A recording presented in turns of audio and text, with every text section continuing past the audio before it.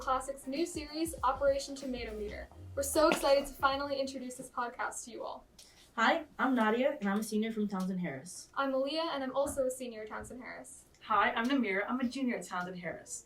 Operation Tomatometer will be a weekly series on our YouTube channel and podcast platforms that will cover all your favorite films and TV shows. We'll be discussing, reviewing, praising, criticizing, and much more as we do everything from nitpicking the cinematography of Squid Games to marveling in Marvel's Phase 4 movies to freaking out over Timothée Chalamet being Timothée Chalamet, and everything in between right here in the Clave.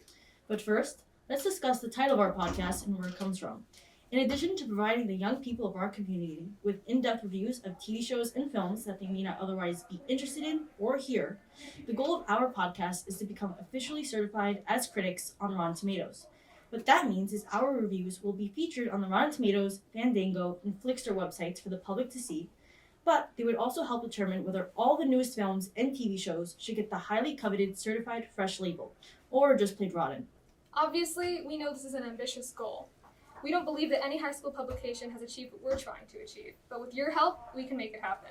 In order to be certified, we need to have 200 reviews on Apple Podcasts. So feel free to reach out to your families, your friends, your relatives. Enemies. Right, to rate us 5 stars. And if you're watching on YouTube, the link is in the description. On Apple Podcasts, you just search for us at THHS Classic, and you can also follow us on Instagram at THHS Classic to get more updates. We also have another ambitious goal to get Tom Holland here as an interviewee on our podcast. Stay tuned to hear more about that. But let's not get ahead of ourselves. Today's film that we'll be talking about is one that you've probably heard of, unless you've been living under a rock or a Dune. Please stop. Anyways, Dune, directed by Denis Villeneuve, stars an amazing cast of A-list actors including Timothée Chalamet, Jason Momoa, and Zendaya. Did she really star in it, though? Let's pretend like she did. But we'll get to that later on. So Dune is based on the original novel and later huge franchise by Frank Herbert, and, as of now, has made over $250 million globally. And that number is still growing as we speak. In just a few days after it was released to theaters worldwide, Legendary Entertainment, which is the production company for the film, confirmed that there will be a sequel. Great. So, before we get into our discussion, we would just like to give you all a spoiler warning. As we are going to be discussing the film in great detail, if you would not like to see any of that yet, we suggest you click off. So, first things first, what are our overall thoughts on Dune 2021? So this is the first in a 2-part series, and I think the first thing that you think after watching it is, well, after thinking, obviously, what did I just watch? You also realize that the pacing was rather slow for the movie, and the ending was a huge cliffhanger. Absolutely. I think you just said a big word. After I walked out of that film, I think the thing playing in my mind over and over again was the pacing. I think it was very, very slow. And of course we have to understand that considering they know beforehand they're going to make it 2 parts, of course you can take your liberty to have more time to flesh out certain things more. But I just think at some points it was a little too much. It felt as if they could have cut a few things out. Do you agree? I completely agree. You had a whopping 2 hours, 45 minutes on this. Yeah. Hello, I haven't seen that length since The Wolf of Wall Street. And that movie was a whole autobiography. Let's not get into that, though. But let's talk about the pacing. The pacing here was incredibly slow at the beginning. Hello, I want to get to the good stuff. Yes. I get it, House of Atreides, I get it, Imperial Court coming over. But I want to see more about Timothée Chalamet's character, Tall Atreides. Yes. So we got that at the end, but I really want that at the beginning. I definitely agree with you. I felt like as the protagonist of this film, I didn't really feel a connection to Paul Atreides until, as you said, the end. And Timothée Chalamet is a great actor. I thought he did very well, but just considering, just the script, at some points it just didn't feel like I had a connection with his character. Yeah, I feel like their focus was a lot less on character development and more on maybe establishing that this was a movie that they could do with their huge budget, and that they were just setting it up for the sequel. So maybe we can expect more when that does come out. Definitely. And now, especially that at the end of the first film, he's now met the Fremens, especially Chani, Zendaya's character, which is great to finally see her at the end of the film. Yeah. 7 minutes of screen time, so fulfilling. So fulfilling. And let me mention that it wasn't even in the storyline. It was just the visions that he was seeing. Yes, Right. exactly. And also her narration at the beginning. So Oh. thank goodness for that. We get to hear some Zendaya.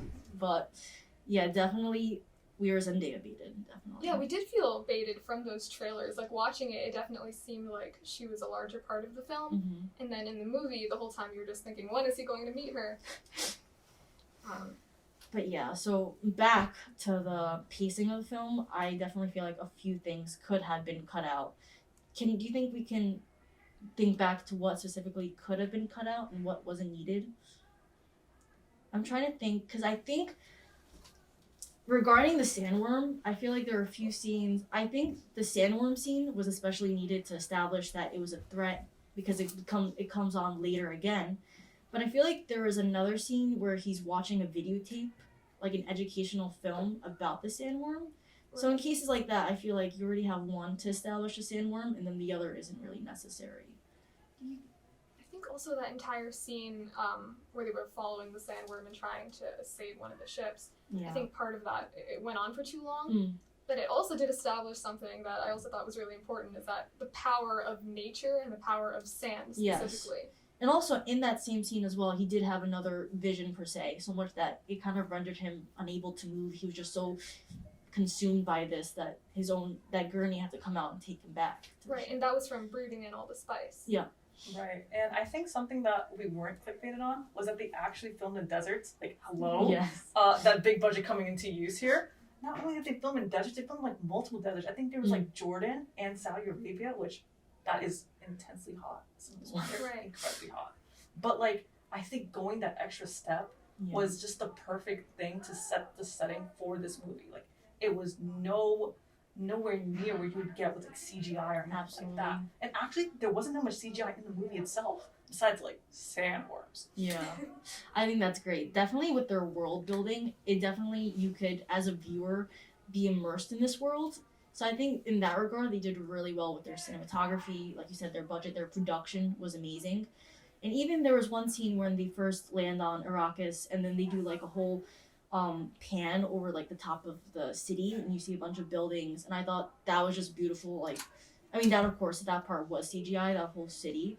But I thought that was really great and it definitely, like, from visual point of view, was very beautiful. Maybe one thing that was a bit disappointing, but also understandable considering that it takes place in a desert, is the coloring in the movie. But even when they were on their own homeworld, which is an ocean planet, even those colors were a bit drab. I don't know if that was exactly the point that they were trying to make. But really, on Arrakis, the only color that we saw was the eyes of the Fremen. Yes. I feel like everything was rather cool tone. Like, it wasn't like extremely warm. I feel like it was almost like not on a grayscale, but like everything was taken out of color. Yeah. Very beige. Very beige. Well, would that have worked maybe on Arrakis to kind of like pop the Fremen's eyes more in contrast to like that drab kind of coloring of the whole Arrakis in comparison to their eyes? I actually liked what they did with that. I think that the coloring of their eyes was sort of a big deal, probably in the book. Also, I remember there was something where their eyes were described as being blue upon blue. Yeah. But I'm glad that they didn't make them like glowing intensely or anything. It made it seem a lot more natural. Yes. But it was still really cool to see like the entire eye, not just like the retina was blue. It was really cool. I remember at first, or from the trailers, because they don't pop up like so often, the Fremens, but when I was watching the actual film, I realized that not just the pupil, but like the entire eye was blue, and that's the blue upon blue, and I thought that was really cool. And I noticed it like midway film. I was like, that's great. But as for what you said about it not being too intensely blue, the 1984 version cannot relate. I started the 1984 film, and their eyes are so insanely blue. It looks as if they put like a filter over the eye, and it wasn't like, I don't know, it's just very jarring. So They definitely in didn't that have a regard. Sorry? budget. They didn't have a budget that was that big for the film, so what they could do didn't look as good as the one for 2021, obviously. Yeah. They didn't have the technology. Do it in post. Never a good thing. Never Never hear hear that. Never a good thing. But yeah, I mean, since we can go into how it compares to the 1984 version, and it was very interesting. seeing it after the 2021 to see how they approach certain things differently. And I know you have seen some clips of the 1984 as well. And just in the way they have approach explaining the whole political atmosphere of the film, because I feel like Dune 2021, in an effort to not over-explain at some parts, it could feel like it's a little confusing. Do you agree? I know, like, do you think that's possible that a viewer can see Dune 2021 and possibly be a little confused? Definitely. But here's the thing. I feel like giving away too much to the audience is so boring. I want to figure things out. And that's exactly what I did with Dune. It took me after like watching it to sit down and realize, wow, they had a whole like hierarchy going on. Right. Yeah, exactly. They had a whole moment there. And I think the thing with that, with the political atmosphere, is that Dune 2021 like can clearly show, like with its dialogue especially, about how the emperor does this, how the emperor does that, how different houses rule. And something that really like stood out to me was like how House Atreides was like one of the most powerful houses, and they just got taken down. Exactly. I feel like that power dynamic that you can see in the political atmosphere is so clear. So I will comment on that. That was a good job done. Exactly. And also in regards to the Fremens and like that commentary and how like indigenous people will have their lands taken away from them by people higher in power. Mm-hmm. Like such as the House of Atreides, when they were given the land now from the emperor, now that they owned Arrakis, and then now it's under control by the Atreides house, and it's really the Fremen's land. So I thought that was also in addition to what you said, Vera. Yeah, I really liked how relevant they made it to a lot of things that we've been hearing about recently, especially the whole space capitalism, feudalism thing. And it was very interesting, and I know that this was obviously written a long time ago, but they made it very relevant, and I'm glad that they made a point to do that. Yeah, and like going back to like Nadia's point about like different adaptations, something that I like personally noticed is that in the book, the ecologist is actually a guy, but in the movies we see it as like a woman. I feel like little changes like that, I appreciate that. It makes things more interesting. It also provides more representation, which I feel like is super important, super, contemporary. It's like a contemporary issue that we have today. And I feel like that little like add-on really helped us see like, oh wow, you can do this in film and in media. Right, I really liked what they did with that, because they could have easily have left her character as a guy, but there weren't so many female characters, and obviously Zendaya's character wasn't given that much screen time. So they really wanted a character who would, really contribute something to the plot, and I'm glad that they did that to give more diversity and more of a femininity to the film. I agree. And to add on, the 1984, so far, I haven't finished it, admittedly, but so far it's like majority white cast, and to see the 2021 version with the increased diversity, I think it's great in terms of representation. I agree with you both. That's definitely a plus in the 2021. And then also what you said about over-explaining, 1984, as I found, definitely does that. And I know it's a complicated plot, the world building, the hierarchy, the rules of this world need explaining, and for the audience to be on the same page, but 1984 took it a little bit too far, and I just definitely wasn't a fan of it with the way they showed the characters' thoughts, and that's not something we haven't seen before. It's definitely, common to have like the thoughts be like played, you hear the audio over, but I just feel like they did it too often. Like every scene, it was you hearing characters' thoughts, and that gets a little repetitive. I'm glad they didn't do that in the 2021 version, because in the book, I know that there were some like monologues and some epitaphs in there that probably shouldn't have been in a film adaptation of it, because it just would have been too long, and the more of that you have in it, the more the pacing is going to be too distracting. Yeah. In terms of pacing, as we said that 2021 was slow, I definitely felt that the 1984 was going a tad too fast, because they only had a runtime of about 1 hour 47. So definitely to fit everything in, it was getting a little too exposition dumpy. So it was a lot of exposition being like dumped onto the audience in regards to the Emperor and the treaties and all of that. I think there was one, and the writing of it felt very forced in that sense, because the Emperor would be like, this will then lead the House of Atreides to think this, and then it will cause a conflict between the House of Atreides and Harkonnens. And then watching that, I was like, it does feel like he's spoon-feeding the audience what's going to happen.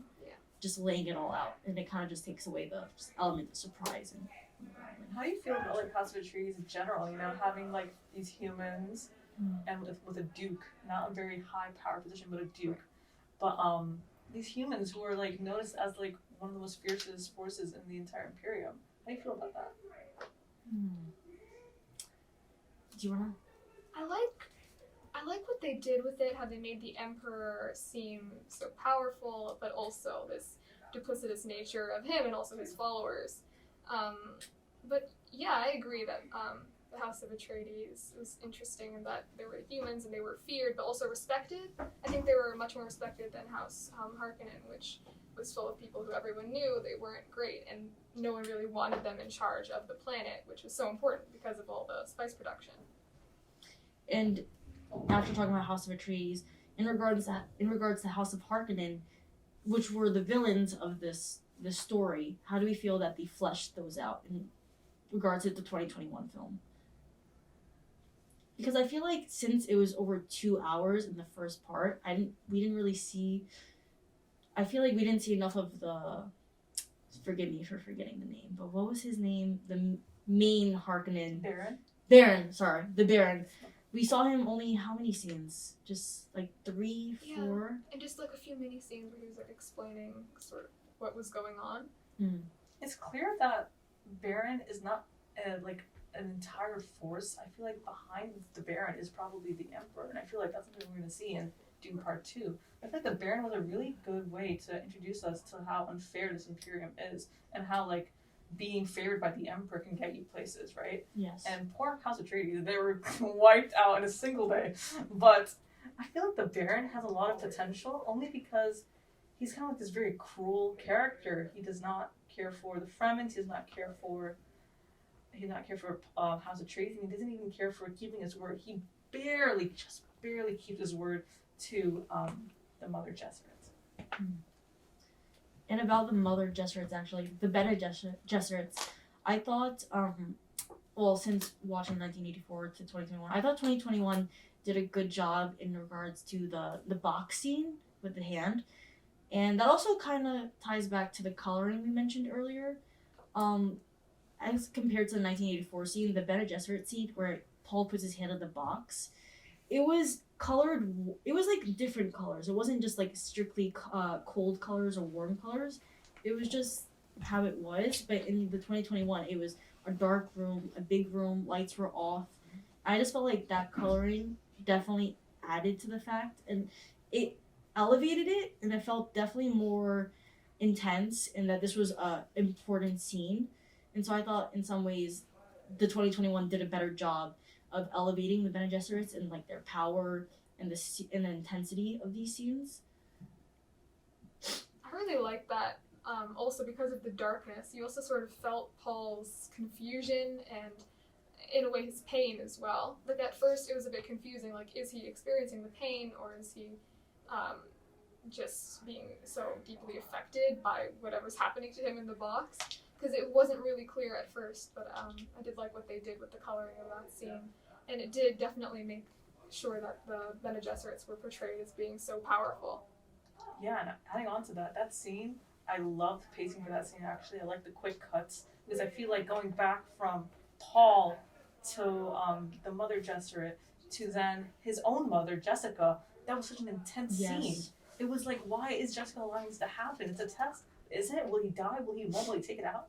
Like, all those questions. That was an amazing scene for me. Absolutely. Also, I felt established, like, Paul can take it. Paul can take on responsibility, can take on being blindly led. And that's exactly what happens when he's deemed as his prophet on Arrakis. He's following this path that's already been laid out to him that he keeps hearing these Fremen talk about. That also goes into, I guess, one of the themes of it, and what was definitely the director's focus, which was making it a coming-of-age story as opposed to focusing on the political background of it. So what do you guys think about the overall theme, sort of to wrap this up?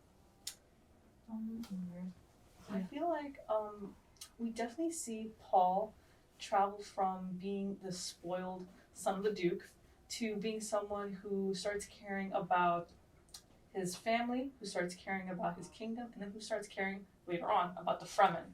He's so inclined to be concerned about the Fremen. We see that in like the water scene with the palm trees and all of that. Why not save the water? You know, Paul is becoming more compassionate, but he's also becoming more into himself. He's becoming more of a leader, which is exactly what his father would have wanted. I agree. We see Paul go through this journey of being unable to properly use the voice, and then as it goes on, there's one moment where he does, and then at the end, he also voices out that he wants to stay with the Fremens, going against his mother, who wants to leave. So I think that was an important decision at the end of the movie for him to make that decision to stay on Arrakis. I think also him killing the first person who ever was killed was also very important. And it also showed that he was changing his fate, because in his visions, Yes. I believe that we saw that the person who he killed was actually in his visions, Mhm. which implies that he would have been in his future. But since he killed him, now it's unclear whether he's going to follow that path that was already laid out for him, or whether he's going to pave his own path. And even the vision that he had of Chani killing him at some point, I think that was also very interesting to see how his visions are they don't always come to fruition. So we can see. So while the visions may give us a hint of what's to come in part 2, we're not completely spoiled per se of what is going to come in part 2. Part 2, there's still a lot of element of surprise and not knowing there. Something that interested me was how they called this the Holy War. There's something holy about this, something about freedom, and something really tying into how the entire Imperium is going to work. And I think by Paul leading the front, which is what my assumption is, with those visions in mind, we kind of see how this young Duke of Atreides, well, what's left of Atreides, not only follows his path on nobility, but also follows his path with being the son of a Jesuit. He is learning how to use the voice and how to use it efficiently, and he's also with his mother who can teach him more. There's so much happening there. In a way, he's caught between those two worlds, and I hope we get to see more of that, and he's sort of struggling with his identity. I agree. I'm really excited for the sequel. I am excited. I wasn't a complete fan of the film walking out of it, but I could, as we all just mentioned, all the great points of the film, I could objectively say it was a good film in regards to development of Paul's character in some ways, and also just the world building and the message it has of like the political stratosphere of the entire film. I still have to go back and acknowledge that the pacing just really dropped it down for me in a lot of ways, and it's just a mix because it's not clear cut, it's not black or white. It's a good film with good aspects, but I just feel like the pacing really just drove it down, and just some parts where it felt a little bland, like those extra scenes that we agreed could have been cut out. I think at some points it definitely felt too much, like we said. So it was a good film, had its great points, but at the end of the day, I feel like definitely bland in some ways. You know what I think? I think it was a good film. I think it was really great to see it at the very end when I understood every other thing. But also, it's just a me thing, I love a good title drop. And the title drop that we got from Baron was amazing. I am a sucker for title drops, so that just like brought up 10 different points for me. I can't argue with that. Title drops are great. I'm like, there it is. Yep. So, I mean, any closing thoughts? I think that one of the high points of the film is definitely the little things that they did to really elevate what was originally a very highly acclaimed novel, like what they did with the voice and just everything, the effects, everything that they did with the budget. I think they really showed that they could film what was originally called unfilmable. And it was very good. I think there were problems with it, and the overall question, does it live up to the hype? That is the question. I'm still a little conflicted about it. I feel like it definitely is strong, but living up to the hype that's been here for 2 years since people knew it was being filmed into 2019. I feel like it doesn't exactly live up to the hype. I think I kind of left the theater feeling a bit underwhelmed by it. I agree. I feel as though Dune has a lot of bright spots, but the bright spots for me are actually in like pre-production and post-production for me. I feel like knowing that props were real, that shuttles were real, knowing that Hans Zimmerman, who's the composer who also worked on, Interstellar and Inception, amazing.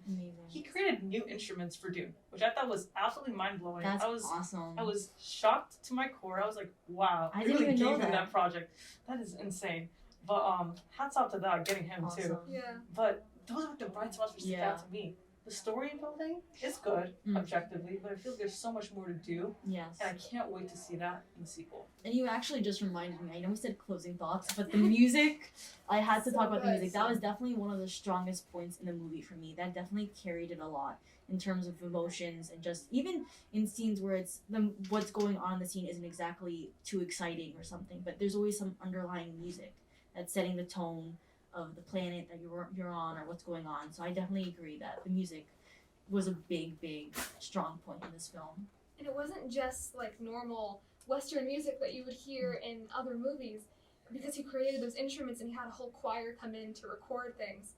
It sounded so alien, and I love that about it, they didn't make it so generic, that it sounded something that is so futuristic and something from a planet very far away, and that really brings you into the story. And it had chanting and these vocals in the background that you might not have even noticed at first, and it's really those little things that I think for me make it a very good film.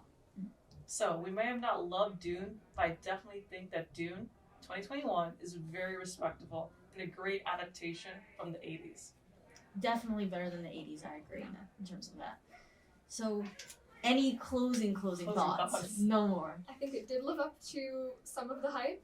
We were definitely baited with Zendaya, but hopefully she'll have a much bigger role in the next film.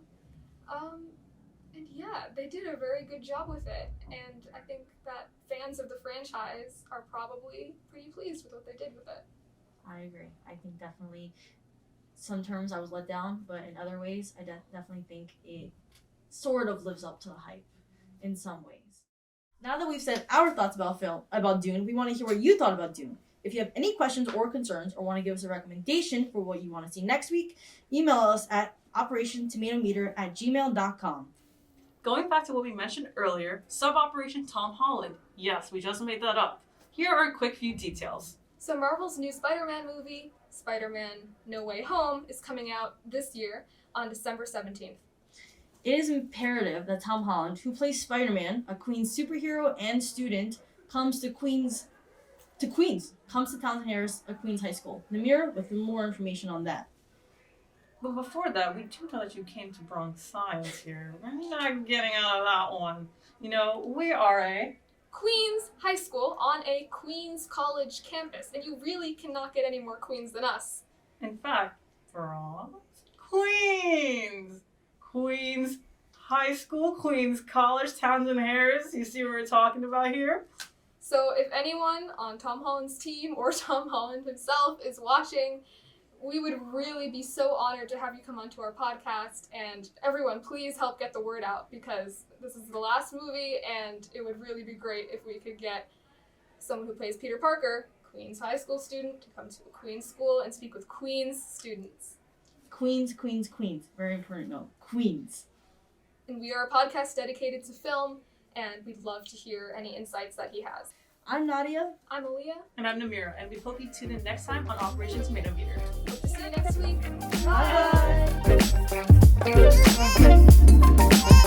Bye.